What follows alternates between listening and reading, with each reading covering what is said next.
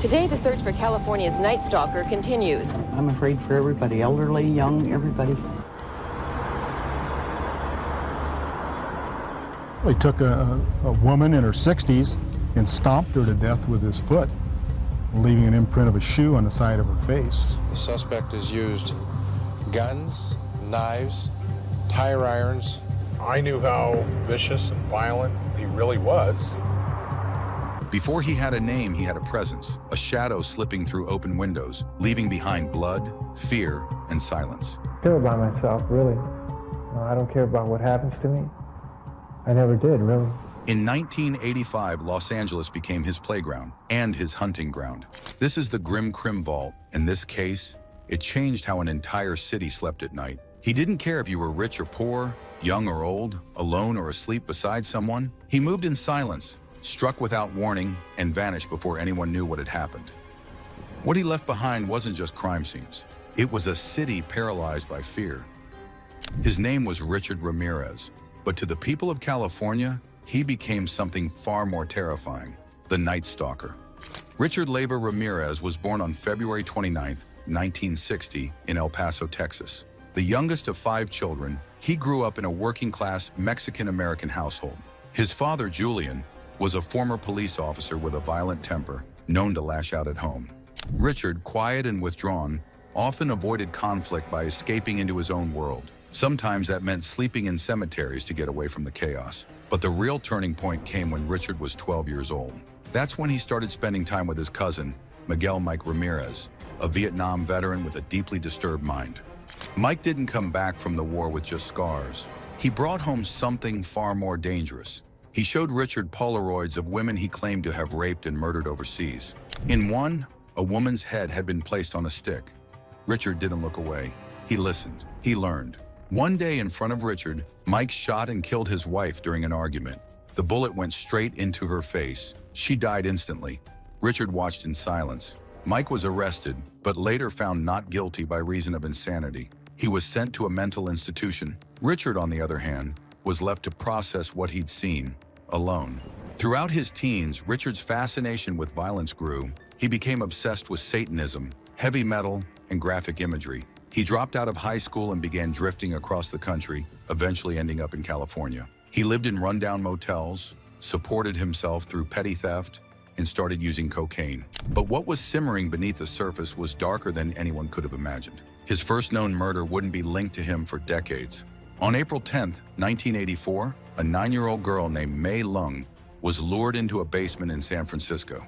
Richard raped and murdered her. Her case would go unsolved until DNA technology advanced years later. But that was the moment he crossed the line from fantasy to reality. Just a few months later, the brutality escalated. In June 1984, 79-year-old Jenny Vinca was found murdered in her Los Angeles apartment. Her body was covered in stab wounds, and her throat had been slashed so deeply she was nearly decapitated. There were no signs of forced entry, just a fingerprint.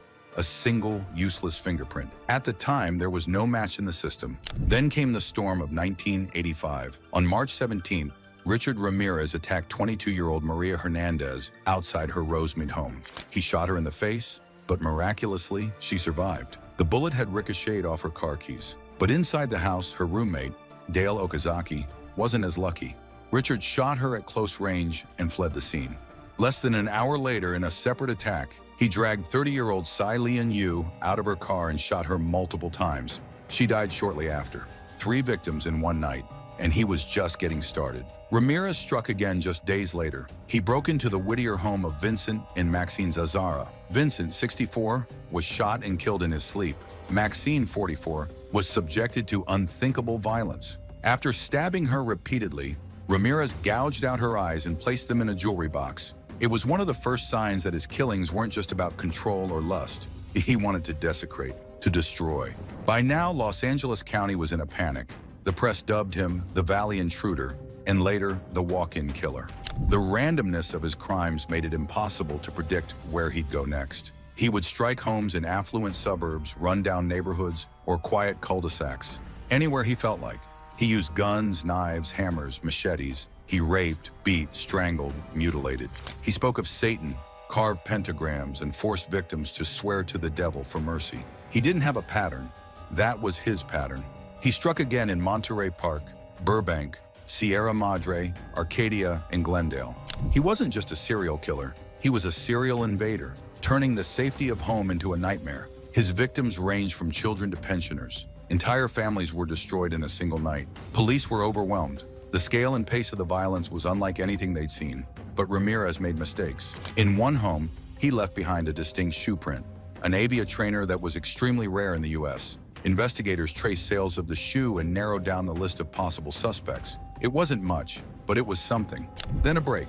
On August 24, 1985, Ramirez traveled to San Francisco and killed 66-year-old Peter Pan and his wife Barbara. But this time, he left fingerprints behind. When they were matched, police finally had a name: Richard Ramirez, a known drifter and petty criminal with a long rap sheet for car theft and drug possession. His mugshot was released to the public on August 30th. The next morning, Ramirez, unaware that his face was now plastered across every newsstand in California, walked into a liquor store in East LA. He looked up, saw the paper, and froze. A woman in the store recognized him immediately and screamed, "El Matador!" she yelled. "The killer!" Ramirez ran. He sprinted across busy freeways, jumped fences, and tried to carjack a woman. But the neighborhood had already mobilized. Locals chased him down, hit him with metal rods, and held him until police arrived. The crowd wasn't afraid anymore. They were furious. The Night Stalker was finally caught. His trial, beginning in 1989, was a circus. Ramirez appeared in court smirking, flashing a pentagram carved into his palm and yelling, "Hail Satan!" He was charged with 43 crimes in total, including 13 murders, 5 attempted murders, and 11 sexual assaults. The trial lasted over 4 years. Ramirez showed no remorse. He joked with reporters, taunted the families of victims, and seemed to bask in the attention. But the evidence was overwhelming: ballistics, fingerprints, shoe prints, and eyewitness accounts. In September 1989, he was found guilty on all counts. He was sentenced to death and sent to San Quentin State Prison. But Ramirez would never meet the executioner. He spent more than 2 decades on death row, appealing his sentence. In that time, he became a strange figure in pop culture, receiving fan mail, marriage proposals, and cult-like admiration from some. In 1996, he married one of his admirers, a woman named Doreen Leoy, who claimed to believe in his innocence. In reality, he was dying. In 2013, at the age of 53, Richard Ramirez died of complications from B-cell lymphoma. There were no dramatic final words, no reckoning. Just the slow, quiet death of a man who once held an entire city hostage. But the fear he created didn't die with him. For the people of Los Angeles, the summer of 1985 remains etched in memory.